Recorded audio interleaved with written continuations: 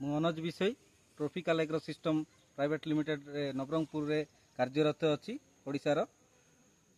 ମୁଁ ନବରଙ୍ଗପୁର ଜିଲ୍ଲାର ତେନ୍ତୁଲିକୁଟି ବ୍ଲକ ଗଣ୍ଡିଗୁଡ଼ା ଗ୍ରାମରେ ଆମର ଟ୍ରପିକାଲ ଏଗ୍ରୋ ସିଷ୍ଟମର କାର୍ବନ 6G ନାମକ ଏକ ଜୈବିକ ଉତ୍ପାଦ ଜଣେ ଚାଷୀ ଭାଇ ବ୍ୟବହାର କରିଛନ୍ତି।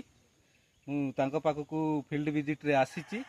ଆଉ ଚାଷୀ ଭାଇଙ୍କୁ ଯାଇ ପଚାରି ବୁଝିବା ଯେ କାର୍ବନ 6G ଦେବା ଦ୍ୱାରା ଆମର ଚାଷୀ ଭାଇଙ୍କର କ'ଣ ଲାଭ ହେଇଛି ଆମେ ଚାଷୀ ଭାଇଙ୍କୁ ପଚାରିବା। ଆଜ୍ଞା ନମସ୍କାର। ଆଜ୍ଞା ଆପଣଙ୍କ ନାଁ? ଅର୍ଜୁନ ମାଝୀ। ଅର୍ଜୁନ ମାଝୀ। ଆପଣଙ୍କ ଗାଁ ନାଁ? ଗଣ୍ଡିଗୁଡ଼ା। ଆଉ ଆପଣଙ୍କ ବ୍ଲକର ନାଁ? ତେନ୍ତୁଲିକୁଣ୍ଟି। ଆପଣଙ୍କ ଜିଲ୍ଲା ନାଁ? ନବରଙ୍ଗପୁର। ଆଜ୍ଞା ଆପଣ ଯେଉଁ ଏଇ କାର୍ବନ 6G ବ୍ୟବହାର କରିଥିଲେ, ହଁ। ଆପଣ ଏକରକୁ କେତେ କେଜି ବ୍ୟବହାର କରିଥିଲେ ଆଜ୍ଞା? 4 କେଜି। 4 କେଜି ବ୍ୟବହାର କରିଥିଲେ। ଆଉ କ'ଣ ସମୟରେ କରିଥିଲେ ଆଜ୍ଞା? ଲଗାଇବା ଟାଇମ୍ରେ ଦେଇଥିଲି। ଲଗାଇବା ସମୟରେ କୋଉ କୋଉ ସାର ସହିତ ଆଜ୍ଞା? DAP, potash.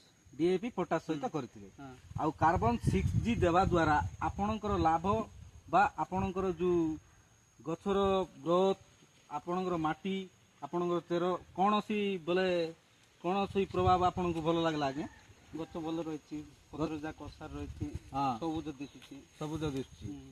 ହଁ ହଁ।